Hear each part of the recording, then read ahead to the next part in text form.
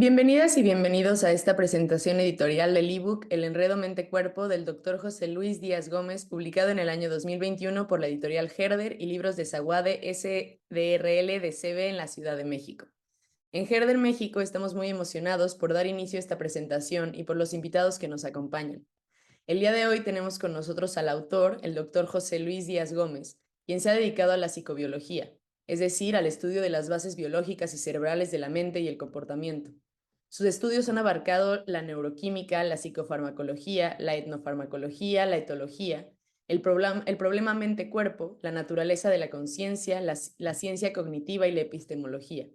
Es autor de unos 200 artículos científicos de revisión y de divulgación, y entre otros de los libros Psicobiología y Conducta, Rutas de Indagación, La mente y el comportamiento animal, El ábaco, la lira y la rosa, Las regiones del conocimiento y La conciencia viviente, Moradas de la mente, todos editados por el Fondo de Cultura Económica. Además de El revuelo de la serpiente, La naturaleza de la lengua, Frente al cosmos, Registros de sueños y El enredo mente-cuerpo, publicados por la editorial Herald. También nos acompaña Jesús Ramírez Bermúdez, médico especialista en psiquiatría y posgraduado en neuropsiquiatría por parte del Instituto Nacional de Neurología y Neurocirugía, donde trabaja actualmente como clínico, investigador y profesor. La UNAM le otorgó mención honorífica durante la obtención del grado de doctor en ciencias. Ha sido jefe de investigación clínica y jefe de la unidad de neuropsiquiatría del INNN, así como profesor de psiquiatría y metodología científica a nivel posgrado de la Universidad de La Salle y posgrado de la UNAM. Fue director general adjunto de salud mental en la Comisión Coordinadora de los Institutos Nacionales de Salud.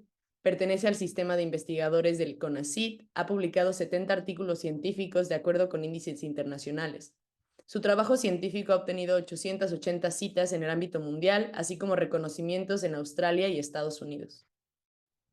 Es autor del tratado Principios de la Neuropsiquiatría y realiza labor de divulgación científica en medios impresos, digitales y en televisión. En el campo literario, publicó la novela Paramnesia, breve diccionario clínico del alma, ambos publicados por Random House Mandadori, y un diccionario sin palabras publicado por la editorial Almadía. En 2009 obtuvo el Premio Nacional de Ensayo Literario del Instituto de Bellas Artes de México. Y finalmente, Carlos Viesca Treviño, quien con más de 30 años de labor profesional, en los que ha sido desde ayudante de profesor hasta profesor titular C de tiempo completo, Carlos Viesca trabajó intensamente en la creación del posgrado de bioética, que se imparte en el programa de maestría y doctorado en ciencias médicas, odontológicas y de la salud, a cargo de las facultades de Medicina y Filosofía y Letras. Entre las múltiples distinciones que ha recibido en nuestro país y en el extranjero, fue reconocido con el Premio Nacional de Historia y Filosofía de la Medicina en 1992 y con la Medalla al Mérito Universitario en 1993. La ética en la medicina es uno de los valores que han guiado su vida profesional. Por ello, una de sus preocupaciones fundamentales ha sido que los estudiantes de medicina tengan una formación ética y humanista. En ese sentido, el doctor Viesca ha escrito artículos como Razones y propósitos de la enseñanza de la ética médica, publicado en 1988, La historia de la medicina en sus aspectos éticos y humanos, temas selectos sobre humanismo y medicina, editado en 1990, Problemas éticos de la investigación médica que afecta a terceras personas, y Ética médica, bioética y derechos humanos, y estudios sobre la medicina grecorromana y las medicinas prehispánicas. Antes de iniciar este conversatorio, me tomaré unos minutos para leer brevemente una parte de la introducción del ebook Enredo Mente-Cuerpo, para que aquellos que todavía no tienen oportunidad de leerlo se involucren en esta discusión. Si consideramos las características más distintivas de un ser humano o de la especie en general, dos factores sobresalen: el cuerpo y la mente, elementos patentes y en apariencia de símbolos que constituyen la unidad del individuo.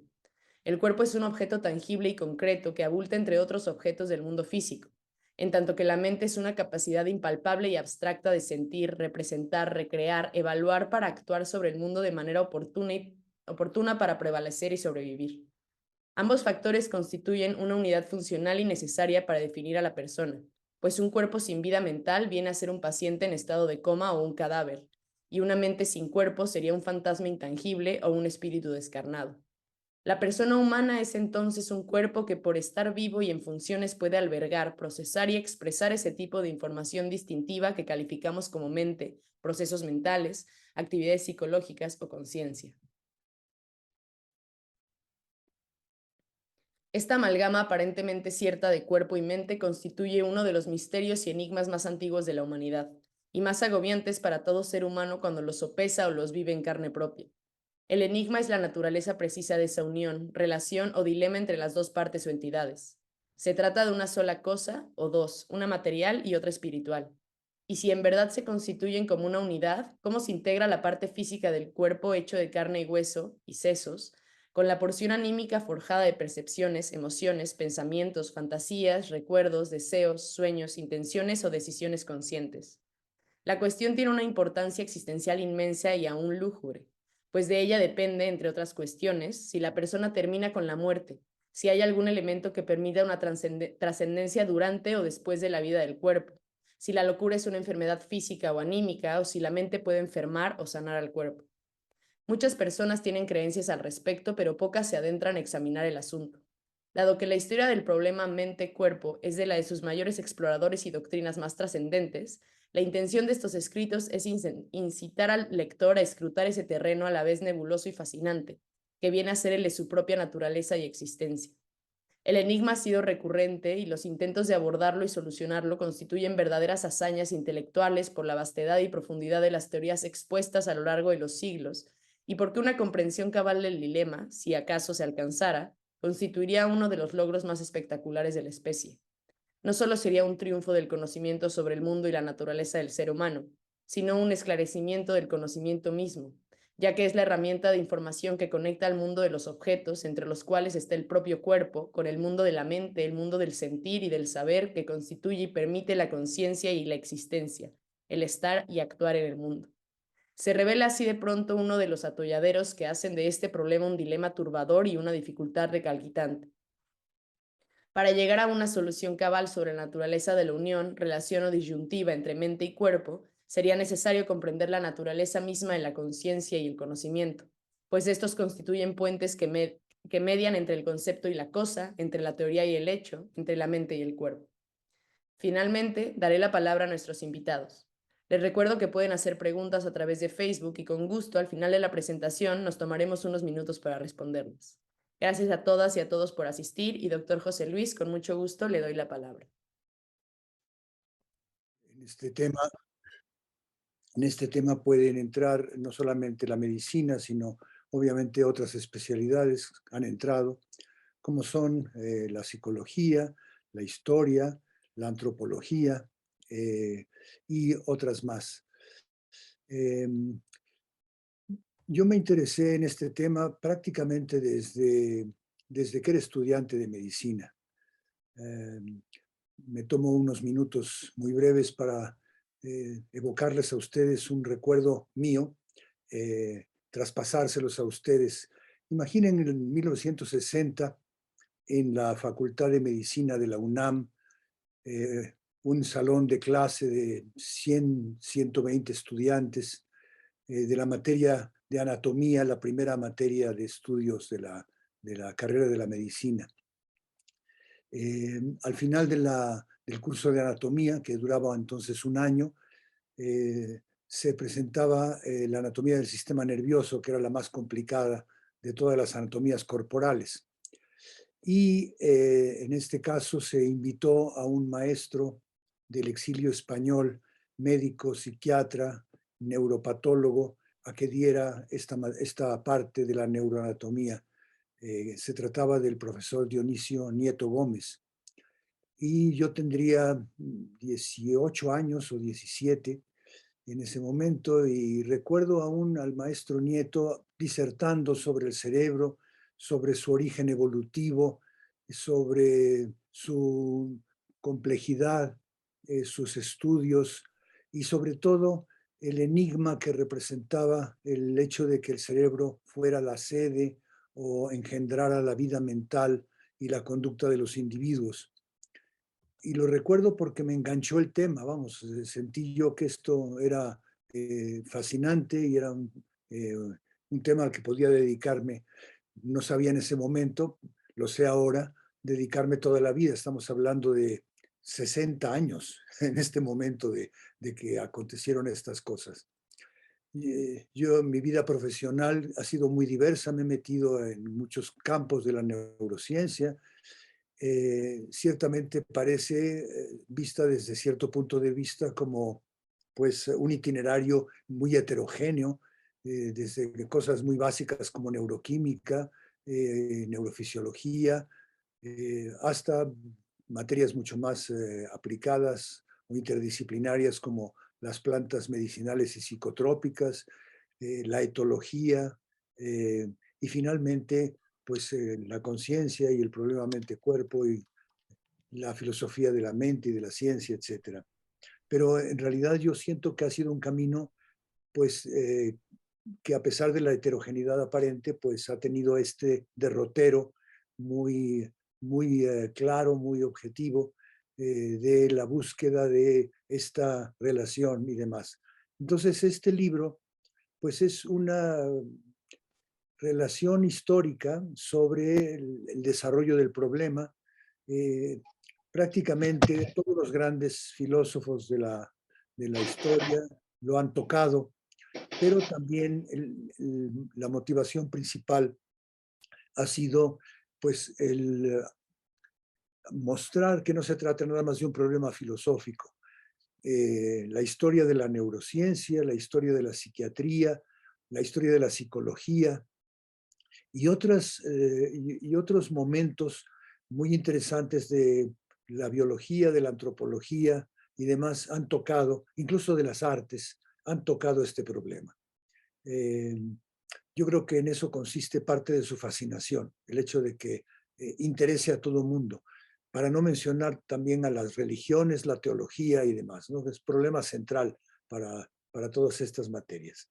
Entonces, pues el libro tiene, eh, me llevó un tiempo largo irlo realizando, son 80 capítulos breves, cada uno de ellos dedicado a un pensador, a una corriente, eh, a una fase de la historia, o incluso de la geografía académica de universidades o de centros o de organizaciones o de tendencias o doctrinas muy diversas que han incidido en esta discusión. Eh, pues yo creo que por el momento es todo lo que me gustaría comentarles para dar lugar a que Jesús y Carlos pues nos comenten sus observaciones eh, y comentarios sobre el libro. Muchas gracias, José Luis. Y bueno, Jesús, te doy la palabra, por favor. Muchísimas gracias a todas y a todos. ¿Me escuchan correctamente? Sí. Bien, pues para mí es un gran honor estar aquí con ustedes. Realmente creo que es una ocasión formidable porque para muchos de nosotros que hemos seguido la obra del doctor José Luis Díaz a lo largo de los años, es un momento muy esperado. Se trata de una obra que recapitula muchos de los intereses del doctor José Luis Díaz y que nos permite tener una conversación dotada de claridad, de profundidad y de extensión, que desde mi punto de vista son tres cualidades que no se reúnen frecuentemente en un mismo proyecto intelectual. Eh, yo quiero primero que nada, para los lectores del doctor José Luis Díaz, para quienes inician en el conocimiento de su obra, quisiera rápidamente eh, mostrarles un pequeño recorrido por el trabajo para que puedan de alguna manera tener una perspectiva más clara acerca del proyecto que nos reúne el día de hoy. Y es un recorrido personal. Yo empecé leyendo este libro, La conciencia viviente. Fue el primer libro que conocí del doctor José Luis Díaz. Ya conocía su obra científica y de alguna manera también su recorrido por el Instituto de Neurología como alumno del doctor Dionisio Nieto y luego por el Instituto de Psiquiatría y como una figura que en mi campo, ¿no? Que es el campo de la neuropsiquiatría, si bien el doctor José Luis Díaz no era un médico clínico, sí era sin duda uno de los pensadores e investigadores que nos permitían articular de manera coherente muchos intereses, como los que él mismo ya mencionó, ¿no? Que tenían que ver con el campo de la cultura, tenían que ver con el campo experimental, de la psicofarmacología, el comportamiento animal. Y encontré en la conciencia viviente pues un documento muy extenso, de un gran rigor, que aborda prácticamente todos los problemas contemporáneos de la conciencia, desde, por ejemplo, la conciencia en las prácticas contemplativas, la conciencia frente a la muerte, el estudio científico propiamente dicho de la conciencia, mediante un abordaje que el doctor José Luis Díaz propone a través de textos fenomenológicos. Y ese libro ha sido para nosotros, los que estamos, digamos, de mi lado, ¿no? Del lado de las disciplinas clínicas y científicas dedicadas al estudio de el cerebro y de la actividad mental, pues este ha sido un referente indiscutible. Pero luego tuve acceso a otros textos que quiero también mencionar aquí para ustedes, ¿no? Uno que me parece muy importante es este libro, La naturaleza de la lengua, que es un ensayo histórico, como otros textos del doctor Díaz. Tiene una iconografía muy rica, presenta imágenes, sobre todo con un abordaje muy científico acerca del problema de la relación entre el lenguaje y el cerebro, y en un sentido más amplio, esto que el propio autor denomina la naturaleza de la lengua, ¿no? Yo creo que el título ahí nos presenta ya de alguna manera el concepto que el autor propone, pues finalmente refiriéndose a los clásicos debates, ¿no? Entre, digamos, la transición entre naturaleza y cultura, y del rol que tiene la lengua como un proceso que nos permite entender ambas dimensiones. Hay otros libros del doctor Díaz que me parece que tienen una naturaleza más cultural, como este otro libro, El revuelo de la serpiente, Quetzalcóatl resucitado, un libro que me despertó una enorme curiosidad por la profundidad también del tratamiento de temas culturales, de temas que tienen que ver con la mitología y la filosofía prehispánica, y una elaboración o una interpretación contemporánea, ¿no? Entonces, este es un proyecto que nos muestra también la amplitud de los intereses del doctor Díaz.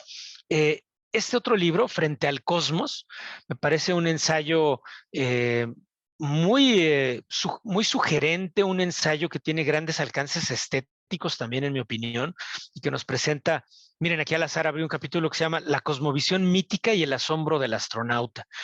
Ustedes pueden ver que en la obra del doctor Díaz hay un interés por reunir dentro de un proyecto que tenga coherencia científica y filosófica, también esto que Aldous Huxley llamaba las antípodas de la mente, ¿no? Es decir, los estados mentales eh, menos comunes, atípicos, y por eso el doctor Díaz se interesa por la psicopatología, por eso se interesa por la fenomenología de la religión, incluso de la experiencia mística, y en este caso de lo que el doctor llama la conciencia cosmológica, o los esbozos de una cosmología cognitiva.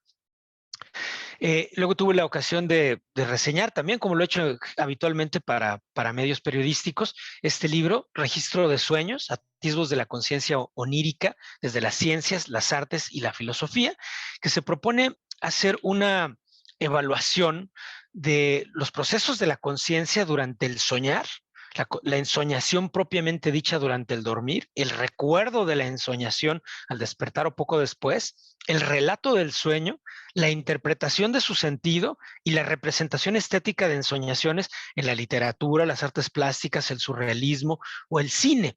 De manera que en todos los casos la obra del doctor Díaz nos presenta estas diferentes dimensiones, ¿no? Culturales, artísticas y científicas del problema de la conciencia. Las regiones del conocimiento, o bien El ábaco, la lira y la rosa, es un libro que es muy temprano en la obra del doctor Díaz, pero yo lo leí en forma muy tardía y lo he disfrutado mucho. Son ensayos, yo diría, pues fundadores, ¿no? de la Escuela Mexicana de Transdisciplina, donde se elaboran problemas de filosofía de la ciencia, donde se elaboran también problemas de la filosofía de las artes y en general de la epistemología.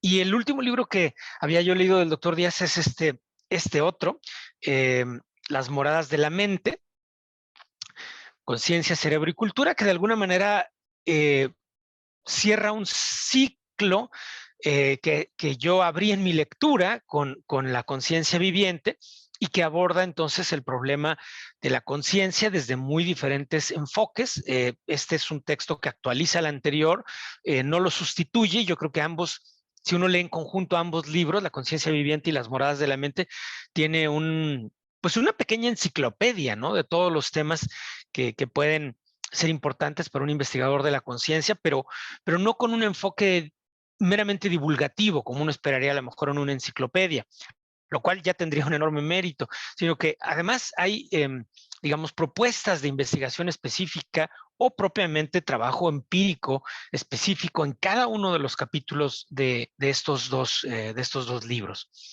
Ahora, en los minutos que me quedan, me gustaría mostrarles a ustedes algunas imágenes que creo que pueden ser útiles para entender el interés que tiene un libro como el actual, y para referirme propiamente al libro que nos convoca, El enredo mente-cuerpo, en el campo particular de la medicina y de la neurociencia clínica y de la neuropsiquiatría, que es lo que yo cultivo en el día a día en el Instituto Nacional de Neurología y Neurocirugía. Entonces, yo había dicho que era un libro largamente esperado por muchos de nosotros. O sea, yo no sé si ya lo habíamos conversado, tal vez nunca lo habíamos conversado, pero yo en mi imaginación suponía que el doctor Díaz tenía que escribir un libro de esta naturaleza porque pues permite reunir una trayectoria intelectual que hace un recorrido por las religiones, la espiritualidad, la filosofía a lo largo de toda su historia y que se adentra en los problemas contemporáneos del problema mente-cuerpo. Entonces, digamos, mi preocupación ha sido hablarles acerca de este problema desde la práctica clínica, que es, digamos, como yo he leído este libro. Aquí les dejo una imagen que es actual, ¿no? Es una imagen de personas que tienen problemas que han tenido problemas de COVID y que han desarrollado cuadros clínicos de deterioro cognitivo, de psicosis, de depresión muy severa, de catatonia incluso.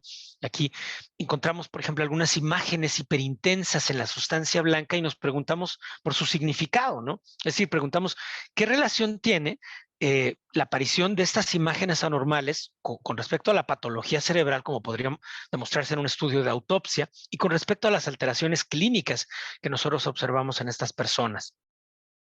Entonces, esto, claro, nos lleva a un recorrido muy clásico que el doctor Díaz recorre en forma erudita en su libro por el estudio de la relación mente-cerebro o cerebro-conducta a partir de estudios clásicos de problemas, por ejemplo, como la afasia.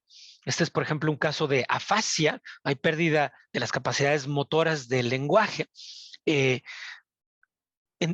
surge como resultado de una infección cerebral. Aquí hay abscesos bacterianos que están afectando la región frontal, la región insular y parte del polo temporal, ¿no? Entonces, esta fue una de las primeras pistas que tuvimos históricamente para entender la relación entre el cerebro y la conducta. Otro caso clásico, bueno, es un caso contemporáneo, pero que nos remite a un problema clásico, que es la afasia de Wernicke. Como ustedes saben, la afasia de Wernicke, lo que falla no es propiamente la capacidad de hablar, sino más bien la capacidad de comprender el lenguaje de los demás. Aquí ustedes ven imágenes de resonancia magnética, donde una persona tiene una lesión, en este caso vascular, autoinmune, que está afectando el lóbulo temporal y parietal del hemisferio izquierdo, y ustedes ven aquí la imagen molecular que nos muestra cómo se ha disminuido el metabolismo de glucosa en este caso, ¿no? Curiosamente, esta persona también tiene una lesión del lado derecho, lo cual está condicionando que tenga un problema también de disminución de la agudeza auditiva, o sea, un problema propiamente de percepción auditiva, que es un extraño caso porque la audición tiene una doble representación cortical, cosa que lo hace un sistema muy inteligente. Otro problema clásico es mi negligencia, es decir, la dificultad para atender a estímulos que se presenten, en este caso, en el hemicampo izquierdo, como resultado de una lesión contralateral que compromete el hemisferio derecho. Esto es provocado, en este caso, por anticuerpos antineuronales que están atacando el sistema nervioso. Y ahora les presento otro caso menos confortable ya para el neurólogo, para el neurocientífico clínico, porque, por ejemplo, esta es una persona que tiene lesiones frontales, efectivamente, y que son el resultado de una lesión tóxica, ¿no? Por tolueno, como puede suceder en personas que abusan de pronto de tiner, etcétera, y de otras sustancias. Pero la clínica en este caso es muy peculiar, porque el paciente, por ejemplo, tiene una noción del tiempo alterada. Cuando le preguntamos decía que llevaba 100 años en el hospital, ¿no? Entonces, ahora uno se pregunta, ¿no? ¿En qué forma esta lesión se relaciona con una alteración tan exquisita de la actividad cognitiva, como es una alteración del sentido del tiempo, ¿no? Ya sabemos que Piaget escribió su libro sobre la noción del tiempo. Obviamente eso no escapó al proyecto del doctor José Luis Díaz. Otro caso aquí interesante, una persona que tiene una lesión frontal y tiene una transformación de su personalidad, pero curiosamente en este caso lo hace más... mejora sus capacidades sociales. Es una persona que tiene como un sentido de familiaridad exacerbado hacia personas extrañas y esto lo convierte en una persona que interactúa de forma muy fácil con personas extrañas pensando que son personas conocidas. Entonces, bueno, este es el punto de partida para la comprensión de este libro. Es un libro que yo disfruté muchísimo en la lectura. Francamente, lo leí con mucho gozo y de arriba a abajo, y además yo tenía que dar algunas presentaciones sobre este problema, ¿no? El problema mente-cuerpo, para un diplomado de neurociencia y articultura. Y entonces encontré en el libro del doctor Díaz la mejor guía que yo podía tener para este problema. Desde luego, yo también tengo una pila enorme, ¿no? de libros y de PDFs, ¿no? Una pila virtual de PDFs sobre el problema, pero abordarlo todo, ¿no? Y articularlo de manera coherente dentro de una secuencia narrativa que además sea atractiva para la lectura, pues es un enorme reto, ¿no? A mí me llevaría unos 20 o 30 años escribirlo, que yo creo que es lo que le llevó al doctor Díaz, ¿no? A lo mejor se sentó a escribirlo en, no sé, en 1, 2, 3 años, pero la integración de todos estos conocimientos requiere muchísimos años de lectura, de discusión, de interpretación, de debate con otros pensadores. Pero quería mencionar que el libro, ¿no? Una de las mejores cualidades que tiene es que aborda el problema desde el comienzo, ¿no? A diferencia de otros pensadores que abordan el problema haciendo una historia moderna, desde Descartes, Spinoza, etcétera, u otros que se concentran meramente en el problema neurocientífico de la relación entre lo mental y lo cerebral o lo neurológico. El doctor Díaz aborda el problema desde las concepciones, digamos, desde las concepciones del mundo, de la naturaleza, más tempranas, ¿no? Se refiere aquí, por ejemplo, al animismo, espíritu en los seres mundanos. Quiero decir que cada uno de estos capítulos es un pequeño capítulo que se puede leer como un ensayo en sí mismo, ¿no? Y por eso decía yo que también es como una enciclopedia en ese sentido. Aquí ustedes ven, por ejemplo, otro capítulo, ¿no? Temprano del libro, Panteísmo y Panpsiquismo, un cosmos divino y mental. Aparte de hacer el abordaje etimológico, cultural, histórico del problema, también nos presenta siempre una iconografía que tiene una enorme potencia simbólica y un gran contenido informativo, ¿no? Para meternos propiamente a los problemas que el autor nos presenta. Pues vean ustedes aquí, ¿no? Este capítulo sobre Tao, Dharma, Logos, la fuente indefinida de mente y de materia, porque al doctor Díaz le interesa meterse en estas concepciones fundacionales o tempranas de las culturas orientales y occidentales, porque de alguna manera nos permiten también delimitar el horizonte de sentido, de interés que necesitamos capturar el día de hoy también en las empresas científicas, ¿no? Es decir, que una de las preocupaciones, pienso yo, del doctor Díaz ha sido no generar una sobresimplificación del problema cuerpo-mente, ¿no? Es decir, uno de los problemas fundamentales es a qué llamamos lo mental, ¿no? Probablemente lo cerebral, o sea, el estudio de lo cerebral, pues tiene un camino muy robusto desde el punto de vista de las neurociencias, empezando por la neuroanatomía, etcétera, ¿no? Pero el estudio de lo mental requiere propiamente un trabajo conceptual para delimitar a qué llamamos conciencia, a qué llamamos funciones mentales, procesos mentales, cuáles son esas categorías, cuál es su validez, en qué medida son categorías filosóficas que luego son regurgitadas por la cultura popular y luego reapropiadas por la ciencia, y en qué sentido necesitan desmantelarse, deconstruirse, reconstruirse mediante una investigación científica de lo que hoy en día llamaríamos, por ejemplo, las ontologías cognitivas, ¿no?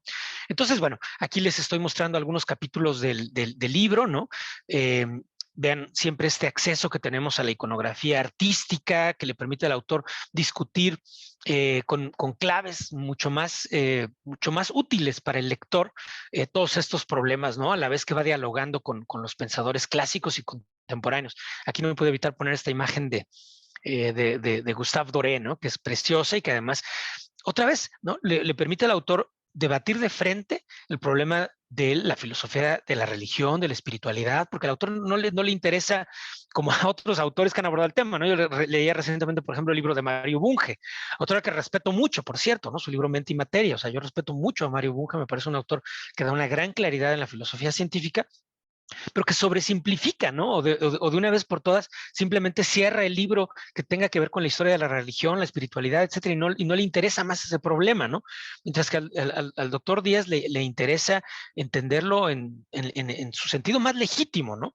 Creo que a lo largo de este libro el doctor Díaz tiene esta actitud que se pretende óptima, ¿no? Para un debate, que es considerar el mejor argumento de tu interlocutor, ¿no? Y es lo que creo que ha logrado capturar el doctor Díaz, ¿no? Aquí pues ya se mete a los problemas clásicos de Descartes, ¿no? Y de la fundación de la filosofía moderna. Yo me permití mostrar aquí estas imágenes que aparecen en el libro del hombre, ¿no? De Descartes, para que también podamos considerar que Descartes no era un gran anatomista, ¿no? Más o menos 100 años antes ya teníamos estas imágenes de Vesalio, que funda propiamente la neuroanatomía. Y aquí un poquito después vemos, por ejemplo, esta maravillosa imagen de Vic Dazir, ¿no? Donde nos muestra también la anatomía vascular. Pero bueno, ya para finalizar mi comentario, yo creo que el doctor Díaz aborda los problemas clásicos, los problemas de la antigüedad, pero también todos los problemas contemporáneos. Yo a lo largo del libro hacía como un ejercicio de decir, es que le falta a este libro una conversación con Wittgenstein, ¿no? Y páginas después encontraba la conversación con Wittgenstein, ¿no? Y luego decía, bueno, sí, pero el doctor Díaz probablemente no está abordando propiamente el tema del conductismo, ¿no? El conductismo radical de Skinner, ¿no? Que hace una crítica muy ruda, ¿no? A todos los conceptos de lo mental en esta tradición que también de pronto se hermana con Gilbert Ryle, con el propio Wittgenstein, y que es a su vez reelaborada por el interconductismo de Cantor. Pero justo ahí de pronto aparecía el capítulo sobre Skinner y el concepto contemporáneo del doctor Díaz, donde además nunca caricaturiza, repito, ¿no? A los autores que no parecen ser parte de su canon, ¿no? Como podría ser el caso del conductismo radical de Skinner. Entonces, ya si al final del libro hay una lectura muy rigurosa de todos los autores más contemporáneos, ¿no? Las teorías de la conciencia contemporáneas, teorías que tienen que ver con el procesamiento predictivo, teorías que tienen que ver con lo que se llama el espacio global de trabajo neuronal, ¿no? Y, en fin, el doctor Díaz discute todas esas teorías de manera erudita, ¿no? Y bien, para finalizar, entonces yo les muestro aquí, digamos, regreso al problema inicial, ¿no? Que son los problemas clínicos, y creo que es para lo que necesitamos nosotros este libro como un punto de partida para investigar cada uno de esos detalles, ¿no? De la vida mental que de pronto, ¿no? Por un accidente, por una enfermedad, por lo que ustedes quieran, aparecen fenómenos como este, ¿no? Esta es una persona, por ejemplo, que tiene una lesión occipital que condiciona esta zona azul donde el paciente no puede capturar detalles visuales, no ve en esa parte, pero cuando tiene crisis epilépticas tiene alucinaciones autobiográficas precisamente en esa zona, ¿no? Y nada más ahí.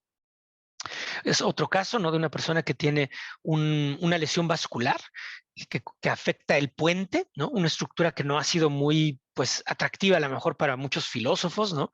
O para pensadores del problema cuerpo-mente, pero que en este caso está produciendo alucinaciones complejas, ¿no?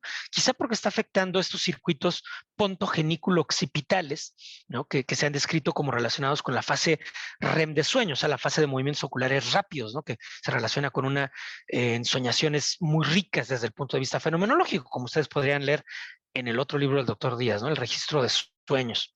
Aquí un caso que creo que le puede interesar al doctor Díaz, que es una persona que está en un diagnóstico diferencial muy difícil entre un estado vegetativo persistente o un estado de mínima conciencia, ¿no? Y que pone que reta a todos nuestros conceptos clínicos de cómo medir la actividad consciente, ¿no? Es un caso de una persona con una lesión vascular terrible que está afectando principalmente el lóbulo frontal en sus aspectos ventrales, mediales y también hacia la región del polo frontal. Y bien, un último caso que creo que puede ser de interés como una meditación. Este es el caso de una persona que tiene un cuadro clínico de psicosis tipo esquizofrenia, pero tiene un meningioma. No sabemos si la meningioma está condicionando o no ese problema. Y donde además, desafortunadamente, ¿no? Y esto es parte del problema de lo que necesitamos entender y estudiar. Esta persona, desafortunadamente, fue sometida a 7 años de encierro. Entonces, tenemos un factor psicosocial muy robusto, ¿no? Que es el encierro durante 7 años, un factor neurobiológico muy robusto que es el tumor cerebral que ustedes pueden ver ahí, y un problema mental que implica, por ejemplo, un delirio de Capgras, donde esta persona piensa que sus familiares realmente no lo son, donde piensa que su madre muerta sigue viva. Entonces, hay todo un drama humano, ¿no? Bueno, nosotros realizamos la cirugía cerebral y encontramos una mejoría de algunos aspectos, pero no de todos los aspectos de la función mental. Pero eh, no quiero abusar del tiempo de ustedes, quiero más bien finalizar mi presentación, pues presentándoles a ustedes nuestros problemas, que son, yo creo que las razones, ¿no? que nos permiten ver que el problema mente-cuerpo, como lo abordó el doctor Díaz, no es meramente un capricho filosófico, no es meramente un juego intelectual, ¿no? También lo es, o sea, también es una forma de pensar todo lo que sabemos de la filosofía, todo lo que sabemos de la medicina, todo lo que sabemos del cuerpo y tratar de articularlo, ¿no? Y eso es justamente lo que hace el doctor Díaz, pero con miras a la construcción de un discurso científico que no pierde de vista la amplitud y la profundidad de un proyecto filosófico y que dialoga constantemente con el mundo de las artes. Eso sería todo. Muchas gracias. Muchísimas gracias, Jesús. Qué excelente presentación. Y pues bueno, para continuar, doy la palabra a el doctor Carlos Viesca. Adelante, doctor.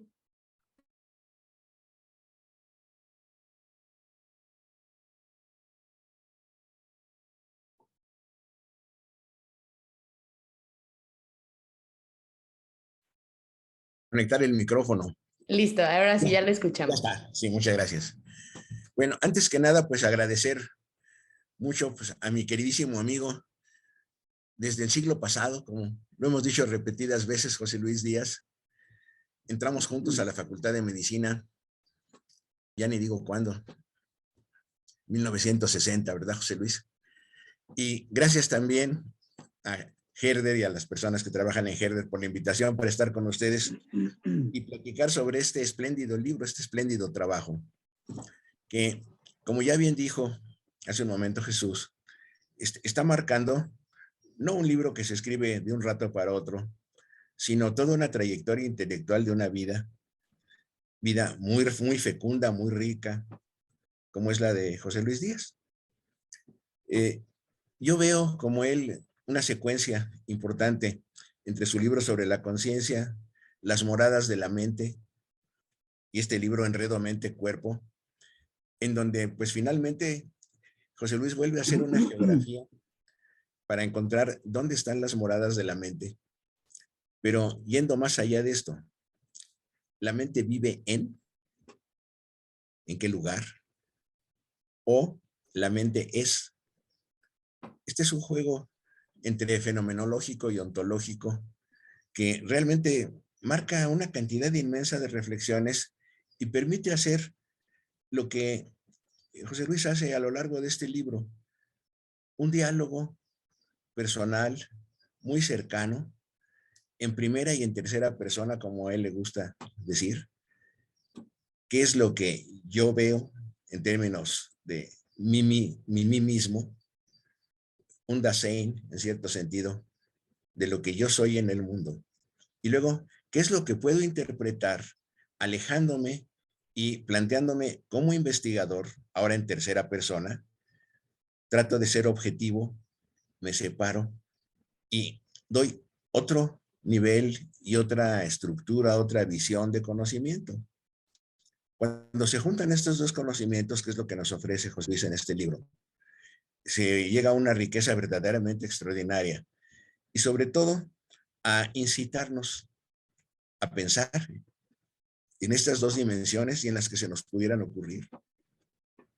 A lo mejor primera persona del plural, si juntamos varias gentes, como estamos haciendo ahorita y estamos platicando en grupo, y hablar de nosotros, o ampliar hacia otros campos, porque finalmente se está hablando de un conocimiento que es integral y que nos permite asomarnos, pues realmente a todo lo que los seres humanos conocemos en la actualidad y se ha ido recopilando y guardando y lo tenemos como herencia, accesible, pues de acuerdo a las limitaciones, por supuesto, de tiempo y de espacio, en donde sabemos que uno de nosotros en lo personal, en lo particular, no puede, nos es imposible abarcar el conocimiento.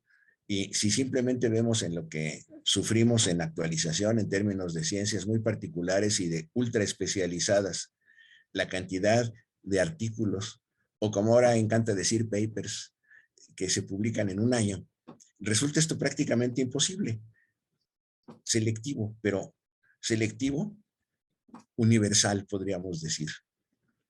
Una tentación muy seria que a mí me hace siempre recordar algo que yo traigo a colación a cada rato, alguna plática que tuve en mi primera adolescencia o última infancia con don Alfonso Reyes, en donde él me decía, llevo mis más de 80 y muchos años tratando de ser especialista en universales. Eso es lo que nos está diciendo José Luis Díaz. Él sigue tratando de ser especialista en universales y es un especialista en universales con la limitación que nos da la tentación de que hay que seguir adelante para hacer otras cosas. Yo me he apuntado en ese mismo camino y quizá por eso hemos mantenido esta amistad tan cercana y tan próxima desde el siglo pasado para acá, ¿verdad? Lo mismo me pasa con Jesús. Buscamos terrenos complicados, pero ahora regresando al texto de José Luis, hay un punto importantísimo que él lo marca desde antes de entrar en materia en el libro. Las dos letras griegas, phi y psi. Lo físico y lo psíquico. Pero acordándonos también que en el mundo griego esto tiene significados muy particulares y que phi, que nos lleva al concepto de physis, está planteándonos una transición que es muy, muy interesante entre lo que significa las divinidades y lo divino como concepto filosófico que en cierto sentido puede llevar, voy a decir alguna herejía, hasta un ateísmo funcional, porque dejamos a los dioses de lado y planteamos que existe una esencia más allá de todas estas personificaciones, en muchos sentidos, creaciones de la mente humana en diferentes contextos culturales y temporales, y planteamos cómo existe una esencia primaria, primordial, que nos lleva a esto que ya comentó Jesús hace un momento, la presencia del Tao en el pensamiento chino, la presencia del Dharma en el pensamiento hindú y logos physis en el pensamiento griego. ¿Qué quiere decir esto? Physis, la naturaleza entendida como lo primario. El apeiron de los filósofos de Mileto, que apareció por ahí en uno de los textitos que nos enseñó Jesús hace un momento. El apeiron, lo ilimitado. Pero ilimitado no solamente en términos de espacio, sino en términos de esencia. Lo esencial, el origen de todo, que es logos, es decir, es racional, es inteligente, es consciente de sí mismo, y en la visión griega de esa physis, ese phi que nos llevaría al cuerpo, pero un cuerpo con expresiones mucho más ricas de lo que nos imaginamos en la actualidad y que son de las que se está imaginando José Luis y está estudiando y nos la está poniendo en la mesa, ese logos que nos dice cómo puedo organizarme a mí mismo si pensamos en la naturaleza physis como entidad integrativa, racionalmente, correctamente, y de ahí lleva a una primera visión, leyes naturales que han tenido también, a lo mejor ameritan otro libro del tamaño de este, pero que han tenido como resultado el decirnos, esto es así porque es así, cuando en realidad deberíamos de plantearnos la pregunta, ¿por qué esto es así? ¿A qué logos responde? Y yo como parte de la naturaleza, y aquí entramos a otro de los capítulos, yo como parte de la naturaleza, caigo a lo mejor en la tentación de declararme un poco propenso al panteísmo. Un pedacito de ese logos, lo divino, que tenemos cada uno de nosotros y que se puede expresar como mente. Aquí tenemos la gran reunión, phi y psi, como dos situaciones que al fin de cuentas en esta visión griega y en la visión que nos ofrece 650 páginas después José Luis, en sus consideraciones finales, nos dice, existe una unidad de estas situaciones que podemos disecar, que podemos estudiar en sus partes, pero que finalmente nos lleva otra vez a plantearnos la gran pregunta, ¿qué significa esta unidad? Y entonces la pregunta se convierte en el título del libro, Enredo. Porque estamos enredados en resolver esta pregunta. Y el recorrido, un diálogo entre José Luis y una cantidad inmensa de autores de los que ya se mencionaron algunos y que quedan muchísimos que vamos a dejar que los lectores de este texto los vayan descubriendo poco a poco. Un diálogo continuo en el que vas planteando qué limitas, qué abres, qué reduces, qué amplificas y hasta dónde llegamos tomando en cuenta este aspecto central, mente-cuerpo, que finalmente plantearía el preguntarnos quiénes somos. ¿Somos mente pura, como nos diría el Tao? ¿O somos el sueño de Brahma? Y por eso tenemos cuerpo y tenemos un jueguito de mente que nos puede llevar a muchas partes, alguna que se trata espléndidamente en el texto, como serían los planteamientos del budismo y el desprendimiento de lo superfluo, el cuerpo, para integrarnos. Y me voy a saltar 25 siglos hegelianamente al ser del mundo. ¿A dónde nos lleva esto? Un diálogo constante, dos términos que utiliza José Luis continuamente, entre el cuerpo como tangible y la mente como lo impalpable y abstracto. Cuerpo que tiene funciones, que tiene acciones y que en términos de neurociencias ya vimos alguna probadita también en lo que nos expresaba Jesús Ramírez hace un momento. Pero también mente como algo que nos puede llevar a una situación cualitativa de ir más allá de lo que es la mera función cerebral para integrar emociones, conocimientos, dudas, preguntas, respuestas y finalmente tratar de definirnos a nosotros mismos como entes, como taontos, como seres pensantes que tenemos un cuerpo. Y aquí tenemos esta interacción mente-cerebro con la vírgula que constantemente nos trae a colación José Luis a lo largo de todo el texto. Ahora, esto nos lleva a dos puntos centrales. ¿Qué significa determinismo y qué significa indeterminismo? ¿Dónde está libertad? ¿Y cuáles son los límites de nuestra libertad? Libertad que no puede ser absoluta, es terriblemente limitada, pero que en última instancia, si pensamos a lo mejor en términos de alguno de los filósofos muy actuales, filósofos literarios muy actuales, estoy pensando en André Malraux en estos momentos, cuando nos plantea la última expresión de libertad, es decir, no, cuando el mundo se nos cae encima. No estoy de acuerdo que me fusilen, pudo haber dicho Maximiliano en su momento, y aunque me fusilen, sigo sin estar de acuerdo y sin entender el por qué. No como expresión existencial última, expresión de libertad final. Ahora, ¿esto qué nos plantea? Que en términos de analizar qué significa este enredo mente-cuerpo, podemos realmente entrar a preguntarnos qué significa el que nosotros, expresión de mente y cuerpo al fin de cuentas, podamos manejar un criterio de libre albedrío, con límites, pero buscando lo ilimitado, con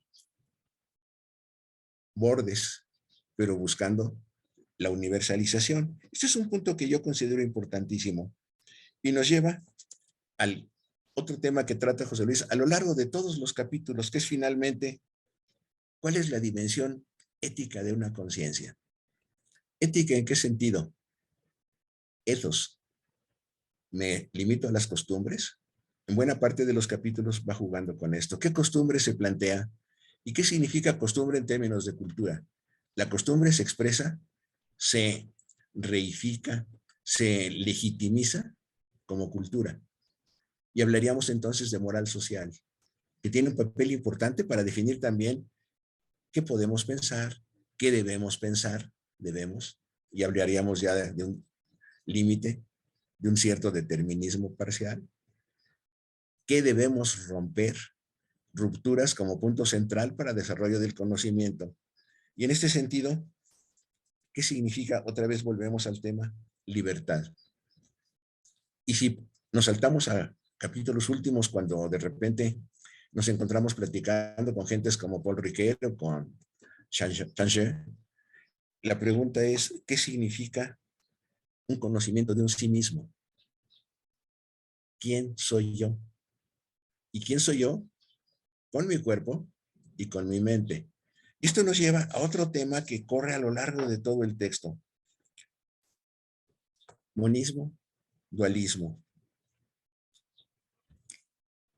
Aparece en todos los capítulos con diferentes fachadas, con diferentes vestidos.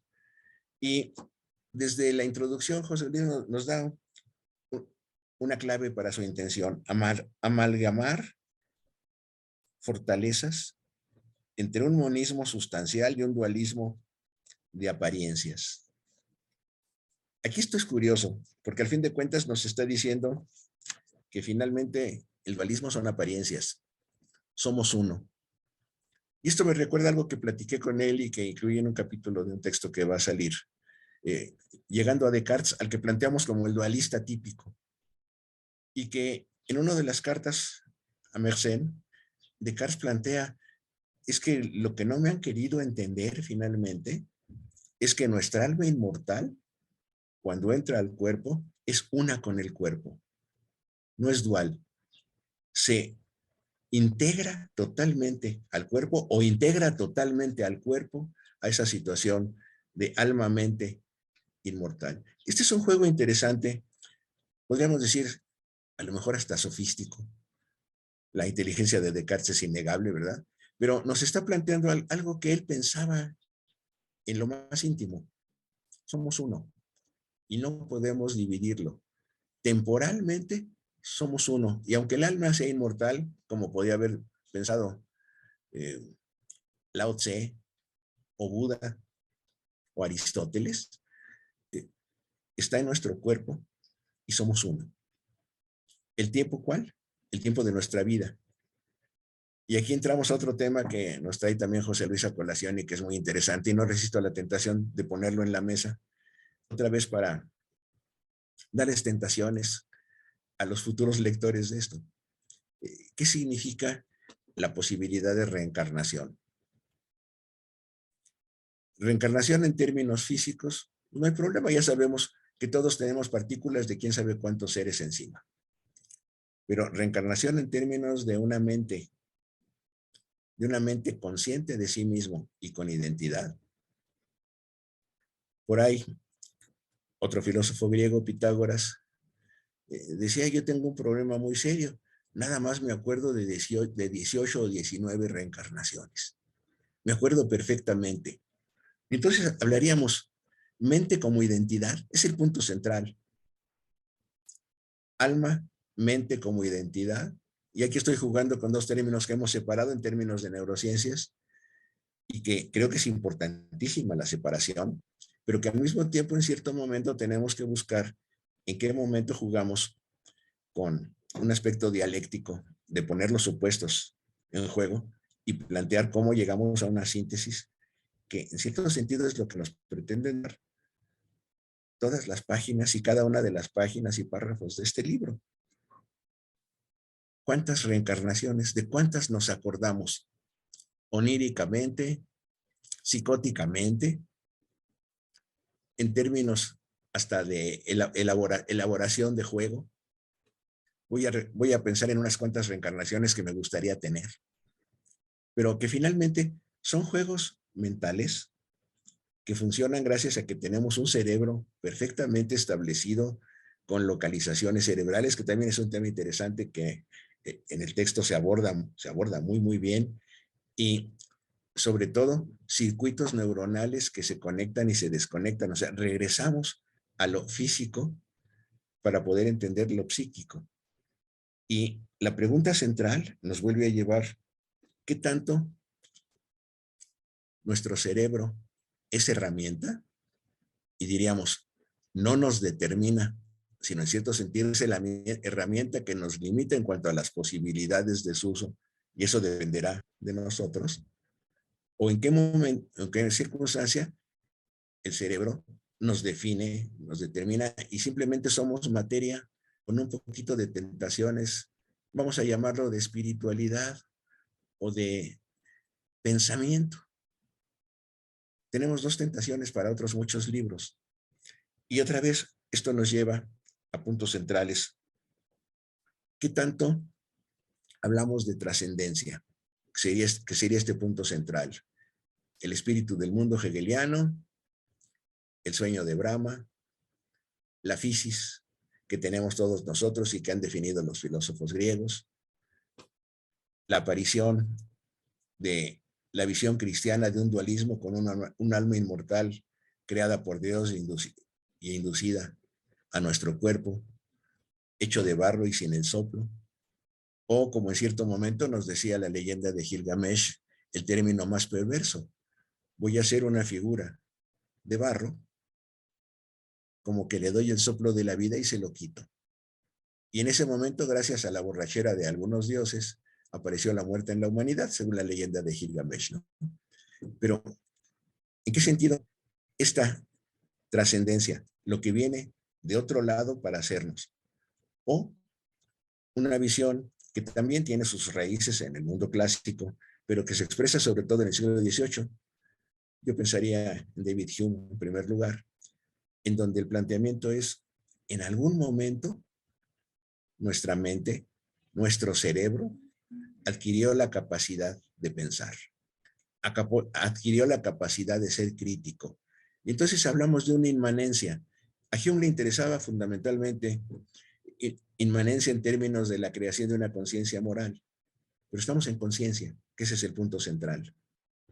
Conciencia que nos permite preguntarnos quién soy, preguntarnos en qué mundo vivo, el Dasein que nos lleva a las escuelas alemanas, Heidegger, o las grandes preguntas de cómo establecemos un pensamiento lógico que nos lleva después a confrontarnos con el pensamiento mágico, como Wittgenstein, que he citado en este sentido también en el diálogo inmenso que tiene José Luis con él. Y nos podríamos seguir platicando pues todo el día, no quiero abusar de su tiempo, sino plantear, tendríamos una situación de trascendencia máxima. Teilhard de Chardin, otro de los autores con los que platica José Luis a lo largo del libro, planteando el camino de la evolución darwiniana nos lleva a la noósfera, al mundo del pensamiento puro. Teilhard de Chardin, un filósofo católico de entrada y bastante heterodoxo en términos de sus pensamientos al hablar de evolución y de tantas cosas. Brillantes pensamientos además. Camino de trascendencia hacia la noósfera. O el otro, regresamos a Hume simbólicamente porque no lo dice él así, y toda una serie de pensamientos que vienen de allá. Estoy pensando en Seattle, por ejemplo, y algunas de las cosas de Patricia Churchland. ¿En qué momento de una inmanencia a partir de algo que tenemos, nuestro cuerpo, cerebro. Se produce la capacidad, la posibilidad de pensar a partir de las experiencias del mundo exterior y después a partir de las preguntas que hacemos hacia el mundo exterior y de una realidad de tipo cognitivo, cognitivo emocional, para completarlo, que finalmente creamos todos nosotros. La creación de nuestro propio mundo en términos de conocimiento, en términos de interpretación, en donde cerebro se convierte en la maravillosa, espléndida herramienta que una situación de carácter cualitativo nos permite pensar, pero nos permite abstraer, nos permite proponer, nos permite establecer pensamiento lógico, criterios estéticos, criterios éticos, y nos permite plantearnos la pregunta central finalmente: ¿quién soy? ¿Quiénes somos como seres humanos? ¿Y qué hacemos con este enredo mente-cuerpo? Que, por supuesto, en el libro, como bien nos dice José Luis, no se resuelve. Planteo muchas cosas, pero tenemos elementos para seguir pensando, para seguir viviendo con nuestro cerebro, cuerpo, nuestra mente, psique, alma, espíritu, estructura cognitiva, como quieran llamarlo. Yo quiero agradecer infinitamente a José Luis el que nos haya brindado este precioso libro, que recomiendo que lo lean y que no se asusten por la dimensión del libro. Si no se animan a leerlo de corrido, que yo pensé no hacerlo así y lo leí de corrido 2 veces porque no resistí la tentación. Se pueden leer capítulos y ir integrando y planteándonos la pregunta: ¿qué estoy yo haciendo frente a este universo de conocimiento, de diálogos, de experiencias personales, de amistades? Porque José Luis hizo muchos amigos entre los autores muertos hace muchos siglos con los que dialoga y a los que cita. ¿Y hasta dónde me sigo definiendo como ser humano gracias a estas aportaciones? Y hasta dónde, yo diría aquí, todos nosotros vamos adquiriendo, por andar de curiosos leyendo cosas y discutiendo cosas, vamos adquiriendo responsabilidades para seguir adelante pensando y seguir vivos en este sentido. Mil felicidades, José Luis, y muchísimas gracias por la invitación para estar con ustedes. Muchísimas gracias. Bueno, qué palabras, qué maravilla. Creo que justamente tenemos muchísimo que seguir pensando en este enorme enredo. Doctor José Luis, no sé si quiera usted añadir algo antes de pasar a la ronda de preguntas. Sí, sí, muchas gracias. Muchas gracias, Jesús. Muchas gracias, Carlos. 2 presentaciones muy características de cada uno de ustedes, cada una muy, muy rica, muy cercana, muy afectiva. Les agradezco mucho sus palabras y sus conceptos. Quería nada más especificarles a los escuchas que el libro por ahora está en versión electrónica. Estamos intentando que haya una versión en papel. Hace poco, el editor Herder de México que nos acompaña, Jan Cornelius, me presentó con un intento, una primera prueba del enredo, pues bastante voluminoso. Lo estamos puliendo. La manera en que las figuras tienen que acomodarse y demás es complicada, pero es la presencia de este volumen ya en las manos. Yo nunca he publicado electrónicamente nada más. Estoy tan acostumbrado a palpar, tengo una querencia muy particular respecto al objeto, ¿no? Entonces, el tenerlo en las manos me hace muy feliz. Hablando de cuerpo, este es la entelequia de lo electrónico es impalpable para mí. Entonces yo necesito palpar sobre todo con los ojos y con el cerebro, los conceptos que se me dan. Estamos buscando una coedición para este libro y de esta manera pues espero que pronto lo tengamos a la mano, pero por lo pronto pues está accesible. Debo decir, una de las ventajas es que es más económica la versión electrónica. más incómoda quizás para leer en pantalla, pero pues por ahora de esa manera los tienen ustedes accesible. Bueno, fundamentalmente entonces agradecer por esta riquísima sesión. Quedan muchos temas obviamente por dilucidar. Nada más decir que la última parte del libro hago un intento difícil de rescatar pues prácticamente todas las tesis que se han esgrimido a través de los siglos son respetables, son tesis muy elaboradas, muy pensadas, que merecen ser evaluadas con mucho cuidado por cada uno de nosotros. Al final hago un epílogo en donde rescato ocho temas centrales, cruciales, nodales, hablando de enredo como nudo. Hay en realidad 8 pequeños nudos en este gran enredo que tienen que ver con los conceptos que tenemos de cuerpo, de conciencia, de filosofía, de lenguaje, etc. Y es un intento quizás de resumir esta larga historia, cuando menos en cuáles son los nudos que tenemos que ir desenredando o quizás a veces enredando más con nuestro pensamiento. Hasta ahí lo dejo. Si alguien tiene algún comentario o pregunta, pues con mucho gusto lo revisamos. Debo decir que veo entre los asistentes algunas personas de España, en particular algún amigo de Galicia, que tiene que ver con otra beta que me ha interesado a mí rescatar de un punto de vista ya mucho más personal y familiar, que es la muerte del hermano mayor de mi padre, que fue fusilado, asesinado durante la Guerra Civil Española. Y ese libro de Siembra y Memoria, publicado por el Fondo de Cultura, pues se está terminando de vender y estamos preparando una segunda edición mucho más actualizada y demás. Una beta que tiene que ver con la historia, con la política, con la ética.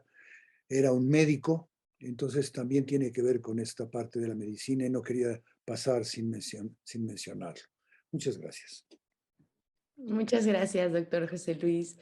Y bueno, como bien menciona, el libro está a la venta en formato electrónico. Dentro de Facebook pueden también ver el enlace para adquirirlo. Y bueno, vamos a pasar a una pequeña ronda de preguntas por si alguno de los participantes dentro de la sesión de Zoom tiene alguna. En Facebook, al parecer, todo quedó bastante claro. Entonces, no sé, quisiera darle la palabra a alguno de los invitados. Por favor, siéntanse libres.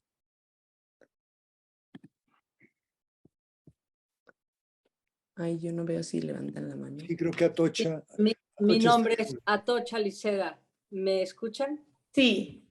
Sí, mira, yo tengo una pregunta que ya te la hice, José Luis, y me contestaste algo. Pero antes, por favor, un comentario. Yo, como algunos saben, vengo de filosofía. Y para mí ha sido fantástico ver al autor, desde luego, y a dos comentaristas, colegas y amigos míos también, pero sobre todo quiero remarcar hablando de filosofía, ¿sí? Y no sé por qué no hay más filósofos aquí, espero realmente que lo vean después, a veces los horarios no coinciden. Hablando de filosofía y además de las cuestiones fundamentales de la filosofía, y eso es algo que te ha distinguido, José Luis, y yo te quiero felicitar por ello. Yo me quedé, debo reconocer, y por ahí va mi pregunta, en la conciencia viviente. Me adentré en este tema por ti, realmente por el libro, y de pronto cuando vi que tienes este otro nuevo libro que toca la conciencia, desde luego que hay diferencias. Primero me di cuenta, yo no me había percatado que realmente tu pasión, tu problema, vamos a decir filosófico, porque yo diría que esta es una pregunta auténtica, filosófica, es el llamado problema mente-cuerpo. Y eso es lo que entiendo que ha atravesado toda tu vida intelectual. Y eso es maravilloso. Y mi pregunta es, para los que conocemos este libro anterior, ¿qué nos tienes que decir que este libro tenga? No estoy buscando tanto novedad, sino en qué sentido has, pues disculpa la informalidad, pero ¿cómo has aterrizado este problema de mente-cuerpo? Uno, bueno, pues va afinando las propias ideas. Yo creo que tú no has cambiado de perspectiva, pero sí la has afinado aún más. Entonces, lo que yo te preguntaría, porque algunos que hemos leído tu otro libro, pues no sabemos cómo entrarle a este otro, es lo que yo te preguntaría. Y una última cosa, yo no soy de España, pero resulta que estoy en España, estoy alojada en este momento en la residencia de estudiantes, que como creo que tú sabes, pues es el sitio que está conectado con la institución libre de enseñanza y también muy importante para todos los que tenemos alguna conexión con el exilio español. Y entonces me da mucho gusto verte desde aquí. Eso es el comentario que no quería tampoco dejar pasar por cuestiones personales también, pero preguntarte eso, o sea, ¿qué nos interesaría saber de qué has afinado en tu perspectiva sobre el problema mente-cuerpo en este nuevo libro, sobre todo en contraste con la conciencia viviente, que espero que me acordé bien del título? Sí, Okay. bueno, como lo mencionó también, sobre todo Jesús, la conciencia viviente tiene una segunda parte, una continuación en Las moradas de la mente, otro libro más reciente también sobre el tema de la conciencia en sus varios aspectos, sobre todo en lo que se refiere a la base neurobiológica, a los correlatos, digamos, psicológicos y a la parte cultural que es inevitable, ¿no?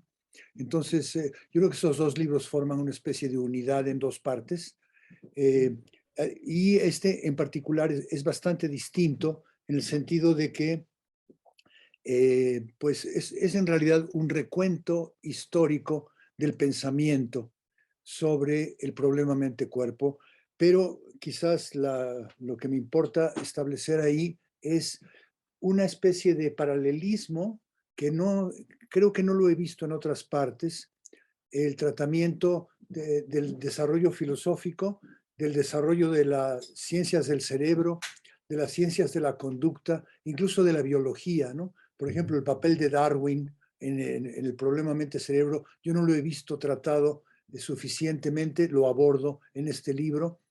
Y yo creo que Darwin introduce, por ejemplo, el tema de la conducta particularmente al problema mente-cerebro, que usualmente tiene estas dos partes nada más, el problema de la conciencia y el problema del cerebro, pero resulta que la conducta es fundamental para entender la liga entre estas dos partes.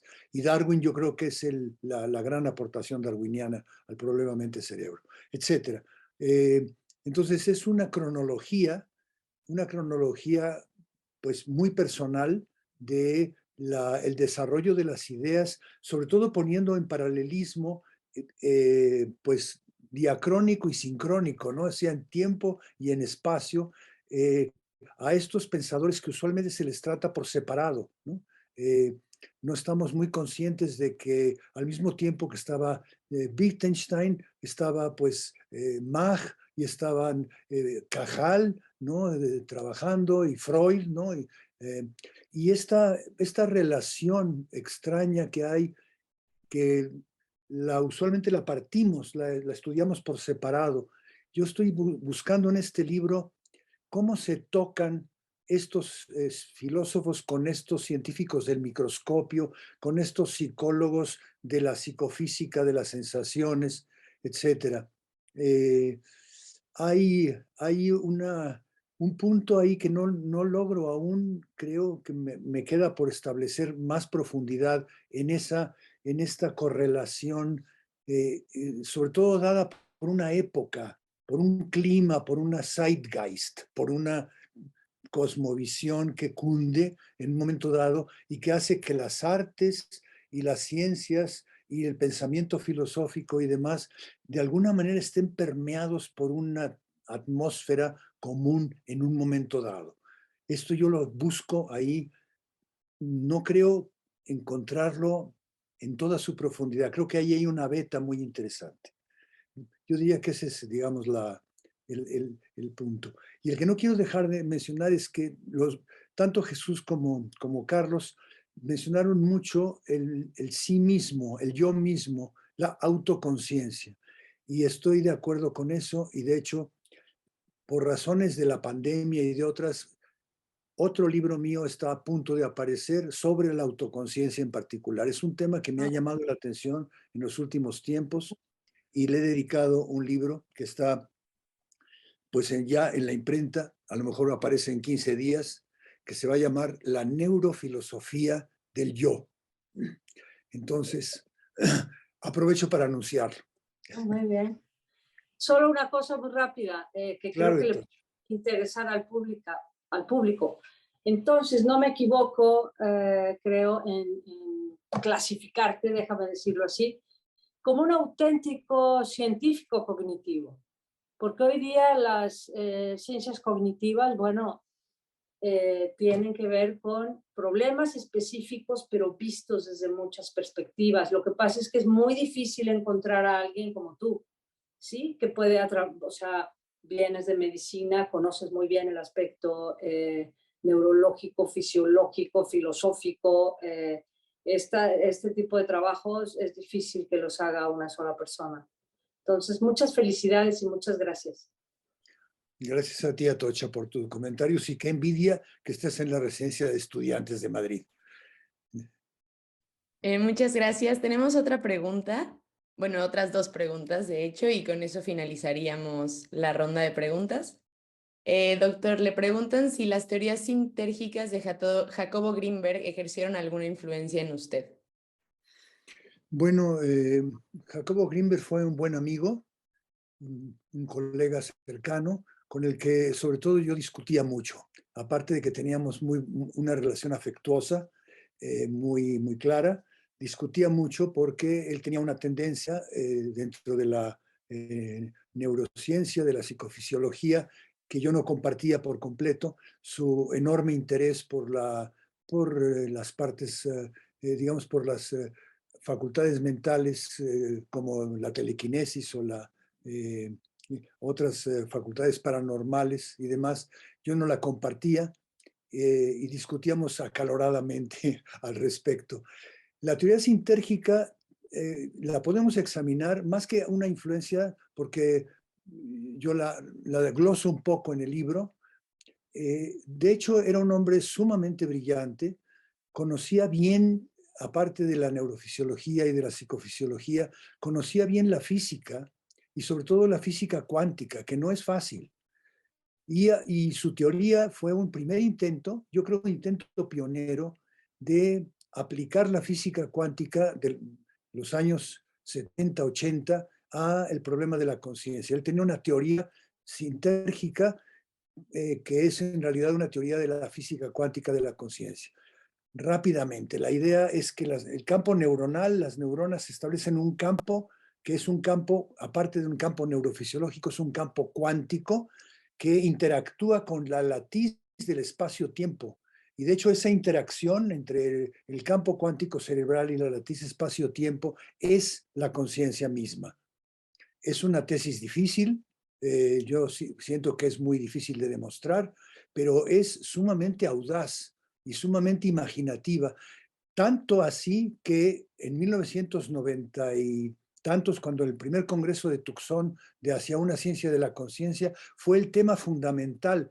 No le dieron crédito a Jacobo porque escribió en español y no tuvo la trascendencia que debió haber tenido, pero la tesis actual de cuántica de la conciencia que esgrimen dos pensadores, un anestesiólogo de Arizona llamado Stuart Hameroff y el gran matemático de Cambridge, Penrose, esa teoría cuántica de la conciencia tiene como antecedente muy claro a la teoría de Jacobo Greenberg y creo que eso debería ser reconocido. Yo no la comparto, pero como todas las tesis que reviso en el libro, las reviso con, digamos, con simpatía, con interés de entenderla y de profundizarla, pero no la comparto, no. Va por otro camino diferente al que me interesa a mí cultivar. Muchas gracias, doctor. Y bueno, finalmente preguntan si dentro del libro hay algún elemento o elementos de la filosofía de Heidegger que se ahonde, como el estar arrojados al mundo siendo, por dar un ejemplo. Sí, a Heidegger no le dedico un capítulo en particular, pero sí lo menciono dentro del capítulo del existencialismo y la fenomenología. A mí me parece que Heidegger es uno de los primeros fenomenólogos, después de Husserl, y creo que uno de los retos que tenemos enfrente es lo que llamó el colega chileno prematuramente desaparecido, Francisco Varela, llamó neurofenomenología. El reto que tenemos enfrente para juntar esta primera persona de la conciencia y esta tercera persona de la neurociencia objetiva es hacer neurofilosofía, hacer lo que llamó Francisco Varela, neurofenomenología, pues, o sea, utilizar técnicas que revelen la conciencia del sujeto al mismo tiempo que estamos obteniendo registros cerebrales de cualquier tipo de su actividad nerviosa. Ese es el reto, no es fácil, pero yo creo que uno de los asuntos del problema mente-cuerpo que tanto Jesús como Carlos se refirieron muy concretamente, es que sí tiene un impacto sobre la ciencia empírica y sobre la vida de cada uno de nosotros. Finalmente, el discernir exactamente qué somos es un poco lo que está en el centro de todo. Pues muchas gracias, doctor. Y bueno, pues así damos por terminada esta presentación. Fue un verdadero honor tenerlo a usted, doctor, y a nuestros grandísimos invitados. Gracias, Jesús. Gracias, Carlos. Para Herder México es importantísimo que personas tan reconocidas como ustedes nos acompañen. Gracias a todos los invitados. Y bueno, sin dejar de recordarles que pueden adquirir el ebook El Enredo Mente-Cuerpo a través de la página de Herder, www.herder.com.mx. Igualmente voy a dejar el enlace en esta transmisión, que también la van a poder ver en YouTube, la van a poder ver en Instagram y en todas nuestras redes sociales. Entonces, pues bueno, sin nada más que decir, les agradezco profundamente. Gracias a todos.